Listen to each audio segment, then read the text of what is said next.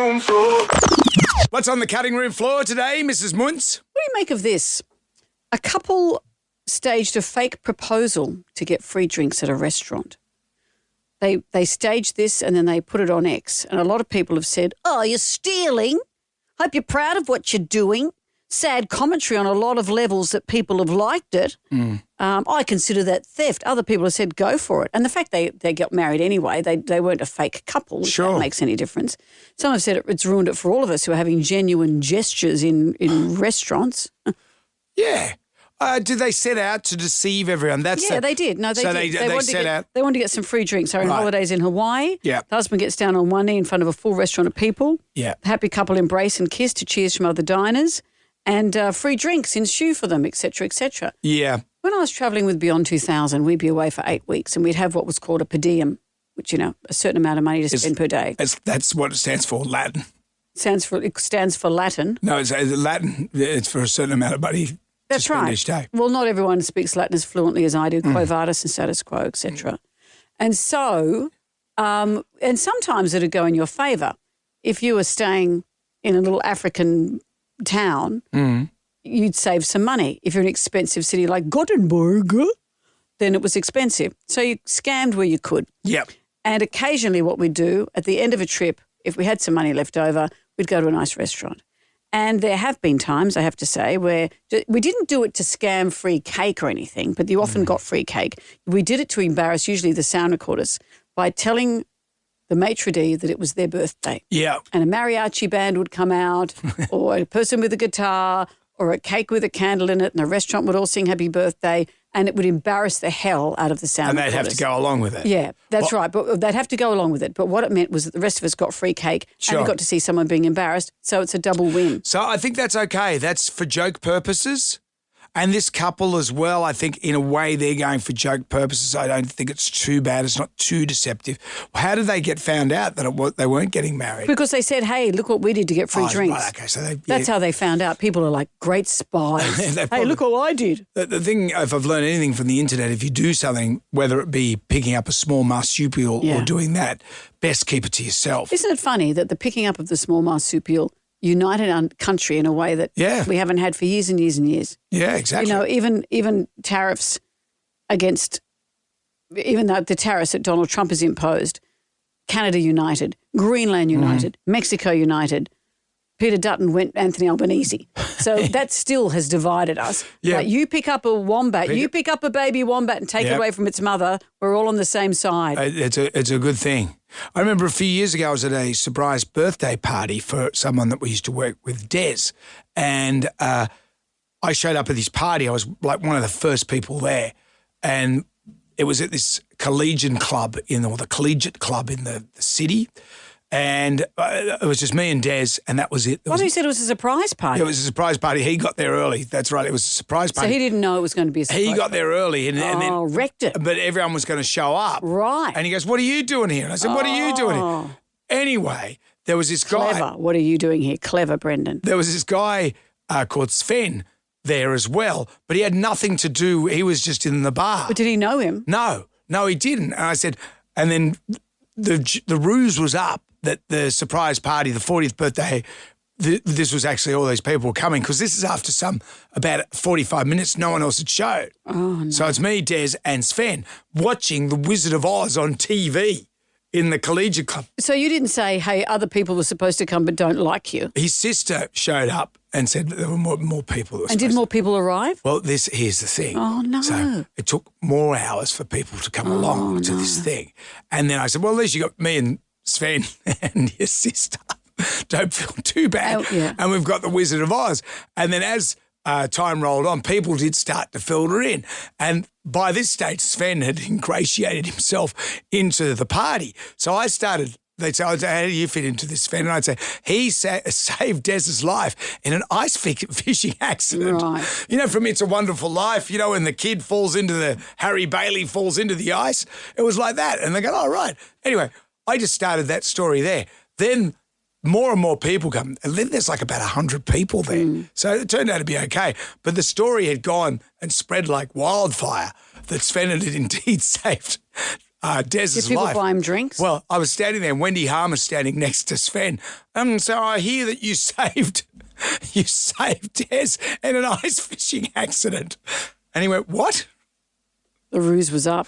Well, no, he just didn't. No one caught it on. And I thought it was the greatest thing in the world. But did he get free drinks because of it? Was it a scam? Yeah, people are buying him drinks because they thought he was related what's to. upset me about that story is, so what time would Des have had to get there for him to be there last? He got there way too early. Yeah, but he would have had to come at midnight by the time everyone was there by the sound If of he it. was to be there late, but it was... You know, if you're going to have a surprise party, everyone, get there on time.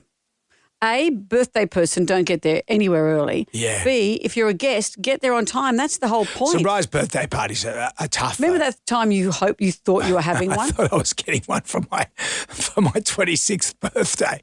So the year before, I don't know, we were talking about a surprise birthday party. And You're the only person who'd ever want one. I made mention to my wife. I said, I'd like a surprise birthday party. She goes, well, I'll have to organise one for you. I was newly married to my wife back then, so I thought maybe something might actually happen. But instead, the year passes. And you know me, once I get a thought in my mind. And so leading up to that birthday weekend, I said, we should do something for my birthday. And I said, no, we've got, we can't do that. Or, hang on a minute. Hang on a minute. And then I rang my mates. I said, what are we doing for my birthday? And they said, no, we've got something on. It was all incredibly vague. Yeah. Even my parents, I rang my parents. What are we? My birthday's this weekend. What's happening? What are you guys? Oh no, we've got. So anyway, how you been? So it just seemed very, very odd, and I thought it's happening. It's happening. Birthday party, surprise birthday party. And what did happen? So Saturday, I'm at home. I'm trying to pretend that you're not ready. Just waiting, looking out in the backyard. You know? Yeah. And then I said, I'm just going to go down to the shops, Helen. I'm just going to get some stuff. Beer. I'll get some stuff. Yeah. And she goes, yep, no worries. And then she said, well, where are you going? I said, just to the shops. She goes, well, don't be too long. What a sign. So I go out on my motorbike, come in, open the door. There's no one there. Did anyone turn up? And we lived in a unit. I've got in the backyard. There's Morgan, my older son, just sitting in his little sand pit. G'day, mate. How are you? Yeah, good. Okay. He turned up. Yeah, my son showed up. Then, so about 7:30, 8 o'clock, no one. And I said, well, this is a pretty quiet birthday, isn't it? And Helen goes, well, what did you want? And I said, I thought there would be like and this stage she's standing in her pajamas and saying, I'm off to bed. Yeah. I'm like, well, Remember last year or the year before, she was arranging your birthday party and then she just said to you out of the blue, oh, God, I can't do this. and I thought, Can you arrange it yourself? First you'd heard that she was trying to arrange a surprise party for you. I can't do this. I just can't do this. And I thought, is she talking about the marriage? She says, I can't. And then she was mad at me. I just can't organise this. I can't Organise it yourself. Do it yourself. And I did, and it was a great night. It was. Hey, everybody, it's time for Jonesy and Amanda's cutting room floor. Hello, welcome to the cutting room floor. Hi. Do you like McDonald's? Yes. I haven't had one for a while because I try not to make it a regular part of my diet. If I'm hungover, is there a more nutritious and delicious meal alive? No. What's your go-to meal at McDonald's? I haven't had one for a long time, but a quarter pounder with cheese. Ooh. I've got a friend who, when she comes to join me on the South Coast, will always stop at Macca's and get some nuggets. I don't understand the appeal of nuggets. It's just grease on your fingers, fat on your thighs. McDonald's. I don't get the nugget thing. McDonald's nugs are the best nugs in the business. But is there any nug in it? Yeah, of course Is it there's just nug. batter? No, there's nug in there. There's chicken. Yeah, but They're yum. Is it tender or is it just dry on? And when McDonald's brought out the chicken nugget to counteract KFC's chicken nuggets, I thought, you're on a hiding to nowhere because the Colonel, he knows a bit about chicken. And I reckon in the nug game, I'd like to do a poll on this, McDonald's nugs versus KFC nugs. And I would say all day, I do like KFC nugs and I like their tenders. They're really good. But the McDonald's nugs are the king of the nug world. Look, I know you're enjoying saying nug and you're over-egging the nug. What's your go-to McDonald's meal? I like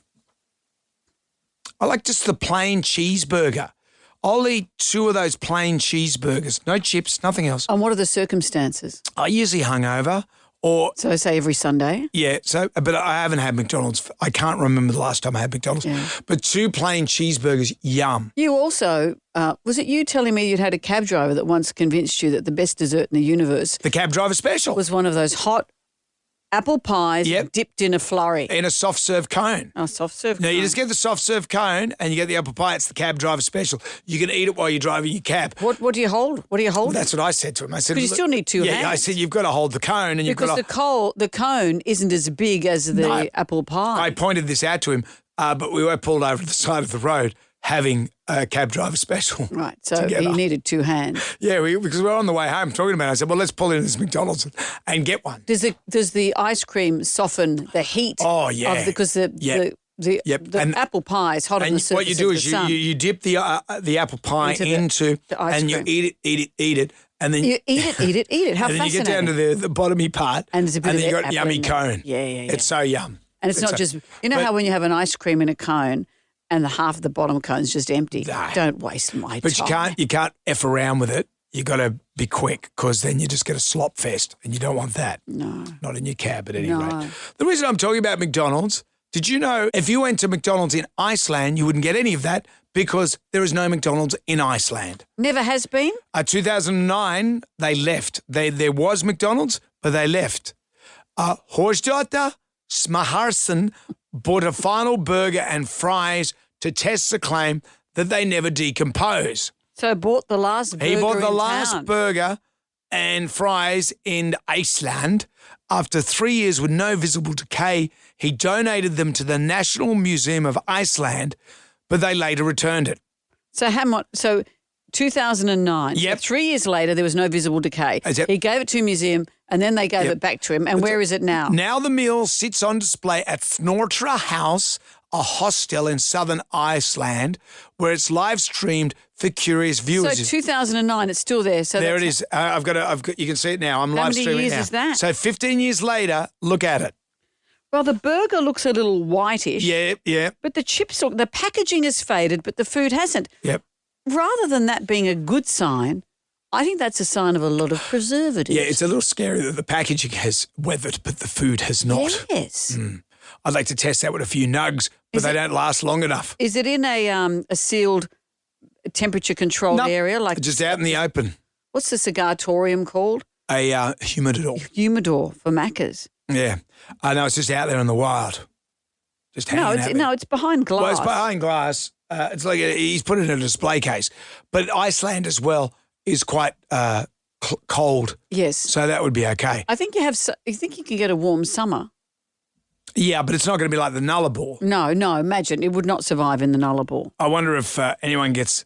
I wonder if a Horjota gets hungry every now and then Particularly as I'm sure that's just how you pronounce his name. because he would be going with some nugs. Okay. But I'm proud of Iceland for saying no to Macca's. Do they know the power of the nug? The nug is the greatest. And don't waste my time on any of that sauce bullshit either. I just eat my nugs natural. Cabs hate that too. Hey, hey, hey, get ready, everybody here. It's some more. Jonesy Amanda's cutting room floor. Shut up, shut up, shut up. Hey, hey, hey, get ready, everybody here. It's some more. Jonesy Amanda's cutting room floor. Are you ready for more? Rightio, cutting room floor. Let's check it out. What's on the cutting room floor, Munchie? What's your knowledge of Bulgarian football? Oh, Can you name a single team? I remember once I had to call a soccer game when I was down in Wollongong, just talking about the subs, people coming off the field and all that sort of stuff. And it was just Serbian, Bulgarian, Czechoslovakian names. My God, I had to get a tonguectomy. And he was playing wing as well. Tonguectomy was. What do you know of the Bulgarian team Arda Kazali? Well, I know little to nothing. Well, I'll tell you what's happened. A Bulgarian football team, so named Arda Kazali, held a minute's silence in honour of a former player, Petko Gunchev, a 79-year-old, been a former player, big part of the club. So they did a minute's silence before the game. I've got footage of them here. They're standing there, arms around each other, paying him his due respects. What was interesting was he wasn't dead. So during the game, they discovered he wasn't dead. Right. And they had to post their Facebook page explaining that they'd been misinformed about his death. So you know how we all stood there and had a minute? You know how we all did that? Yeah. And we bowed our heads and we gave great thought to him and all his family, and everyone's probably watching this and everything. Well, sorry, there's been a mistake. So the management of the team said they'd like to express a huge apology to this player and his relatives after the club received wrong information about his death. So he himself said he never missed watching their matches on TV, so he was driving home to watch the match, but this time he was 10 minutes late because he had some work to do. Oh, he missed the minute silence. So he didn't see any of that, and he's driving home. His phone starts ringing, but he's driving, so he didn't want to answer. I entered the garden, and my wife greeted me in tears. She said, Petco, they've announced on TV that you've passed away. And would you mind following through? Let's not make lies of the television. Yeah, come on. They've made the effort. So she's thinking, well, he's not home. He's always home to watch the beginning. Yeah. He's not home. Yeah, but Maybe they know before I do. that's pretty It quick. is Bulgaria. That's pretty quick. Someone dies and then they have a minute Well, silence. they don't want to wait till the next game because by then it's old news. That's all. These days, the 24-hour news cycle, Yeah. it's so grueling. So how embarrassing. They would have been thrilled he's alive but annoyed that they'd been made to look like fools. Yeah, but it happens. Does it? Well, Peter Hellier, remember Peter Hellier? He was announced on Twitter that he was dead. Well, who was it? Who did Richard Wilkins say? He that said Jeff Goldblum had Jeff died? Goldblum had passed away when he hadn't. No. That's why you don't get your news from Twitter. I remember a few years ago there was a guy that we worked with, Peter, and much liked around the radio station, and Peter had passed away, and I thought it was the Peter that we liked. And so I went and I blew up Deluxe because management here had done absolutely nothing for him. No tribute, nothing. And I said, what the F is going on with this business? Are we so cold-hearted that this man has passed away, worked with the company for close to 30 years, and nothing. And you people have done nothing at all to honour his memory? You didn't go that dramatic. I went very hard. And then Is anyone having drinks for Peter? one of Probably what you said. the young guys that works with us, he found out and he was in tears. Yeah. He was my mentor. He was my idol. And then Then what, Brendan? we what? discovered it was another Peter that hadn't worked here for nearly as long, for a nanosecond, and for And also, if that's all intents and purposes. If that Peter, if the passed away Peter's family is listening to this, Yeah. I apologise because you said, well, it wasn't that Peter because you said that Peter was one we liked and was a nice Peter. But no, the other Peter that passed away was. He was a pickled people eater. Yeah, but I was not familiar with him. No. So there's no disparaging of his No, nature. not at all. We just didn't know him. For all I know, he did great things. I never met the man. No. And so did you have to go around and tell everyone you had the wrong Yeah, I person? had to go into the boardroom and say, guys, I walked in before him, was, I put it down to a low Yeah, blood and sugar you'd moment. force them to go and buy you some sandwiches. Then I had a juice and I lie down. They said, why don't you go home, Brendan? Why don't you go home? With Jonesy and Amanda's cutting room floor. Yeah. Hey. Get ready, everybody, here's some more of Jonesy and Amanda's cutting room floor. Yeah.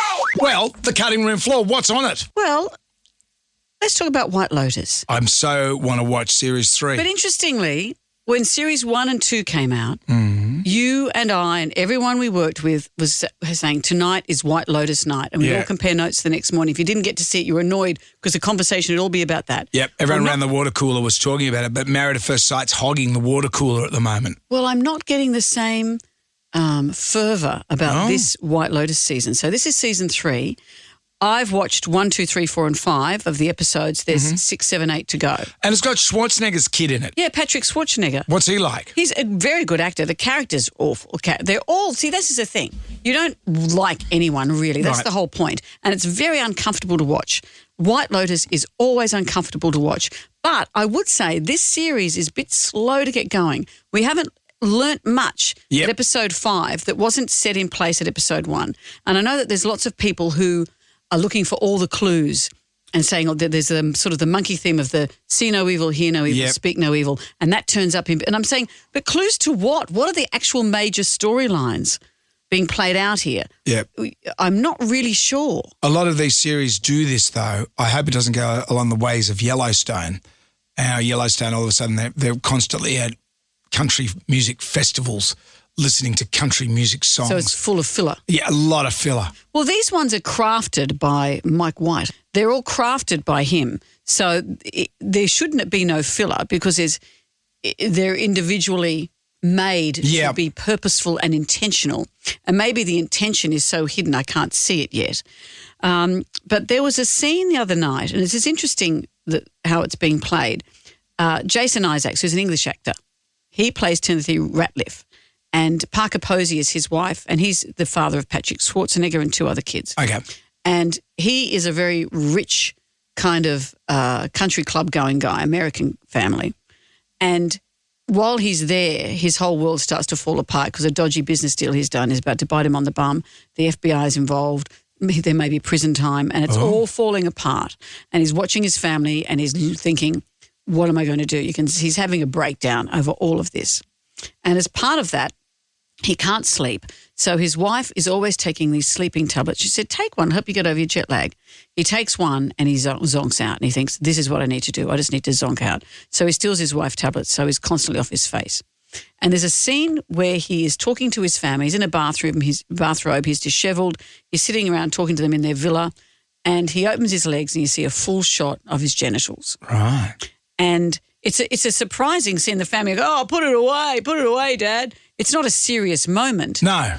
But it's shocking to see it. It can happen to any man. Has it? When you have a bit of gape there, might be loose shorts or a gaping robe. Well, this was, but for an audience, we don't often see full frontal male nudity like this.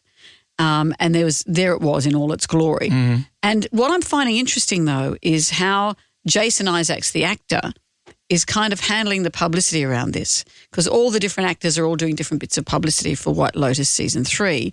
And it seems that time and time again, this is the only thing he gets asked about whether it was a prosthesis, whether it was his own, all of that, and he's getting cranky. Oh, okay. So let me ask you this whole prosthetic scene, because obviously it's I'm out there. not talking about my penis on television. I don't think you'll be asking any actresses about their body parts that appear in the show. I swear to God, if it happens, so I we can would. move on. Yeah. He sounds a bit terse there. Well, he's kind of walked back on that a little bit. And was there another one as well? Oh, okay. Well, I'll tell you why. Because the best actress this year was Mikey Madison at the Oscars, and I don't see anybody discussing her vulva, which was on television all the time. No, I'm not talking about Swedish cars, you know. So I think it's interesting that there's a double standard for men, that when women are naked, Margaret Qualley as well in The Substance, nobody would dream of talking to her. Well, he's now kind of walked back on that a bit, because he said, look, I said the wrong words in the wrong way. I used the phrase double standard, which I didn't mean. He said, women have been monstrously exploited in a way that men just haven't. So I don't mean that it's harder for men.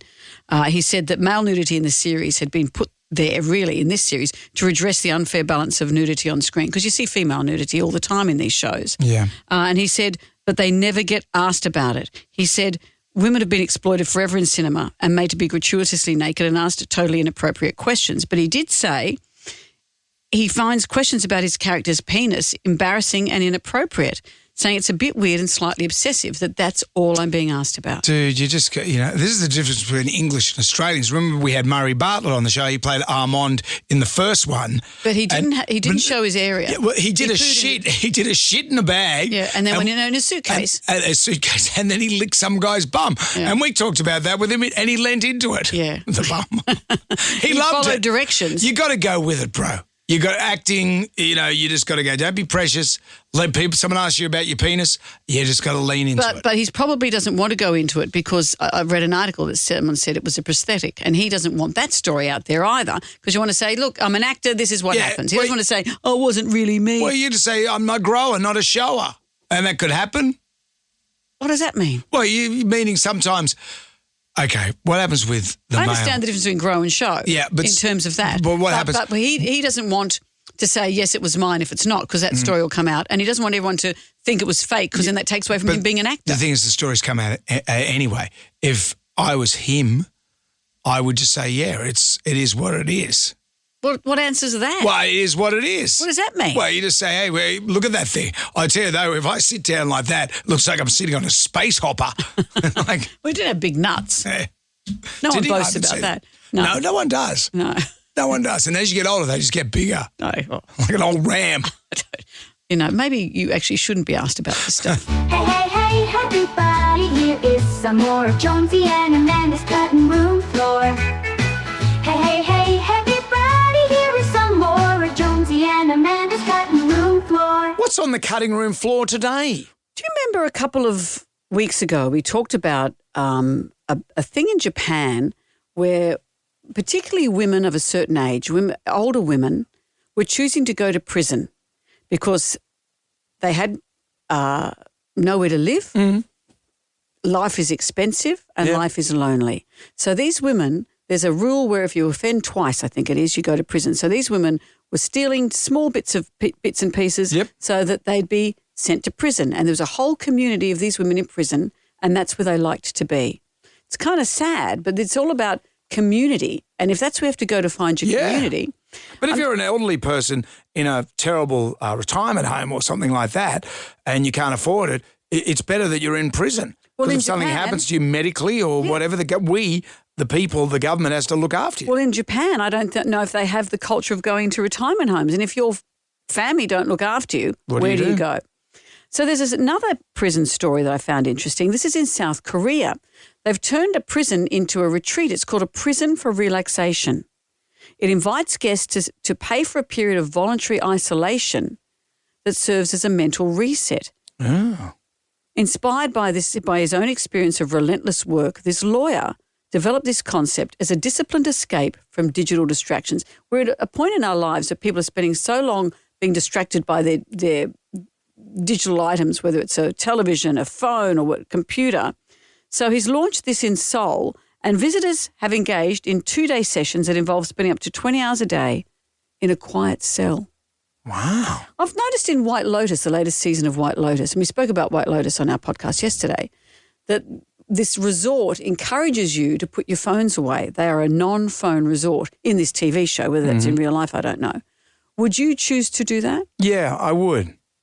Yeah, I find the phone, it's like crack. Your phone is like crack. But I would say that to my children, and they would say it's not all negative crack. Some of it's positive crack. Some of it is that's where you read. That's how your brain winds down. It's not just revving up. Sometimes if you're in a working environment, you may need to be away from your phone. But I relax at night by doing Wordle on my phone, by flicking through recipes on my phone. The phone isn't always a negative thing. No, but it's like the car.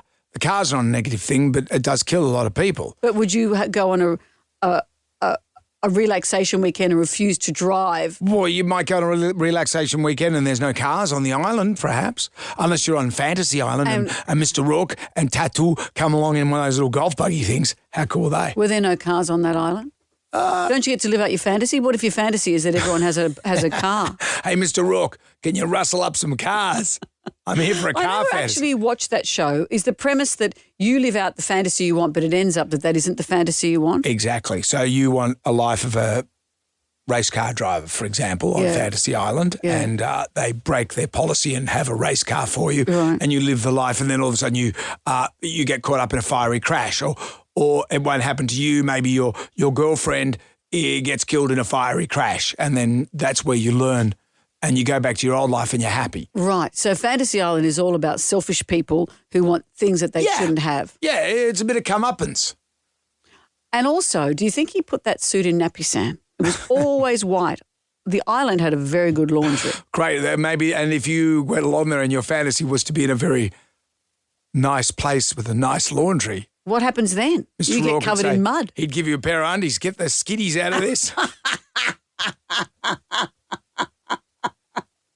The plane. Okay, kids, that's it for today. Come back tomorrow for more Jonesy and Amanda's cutting room floor.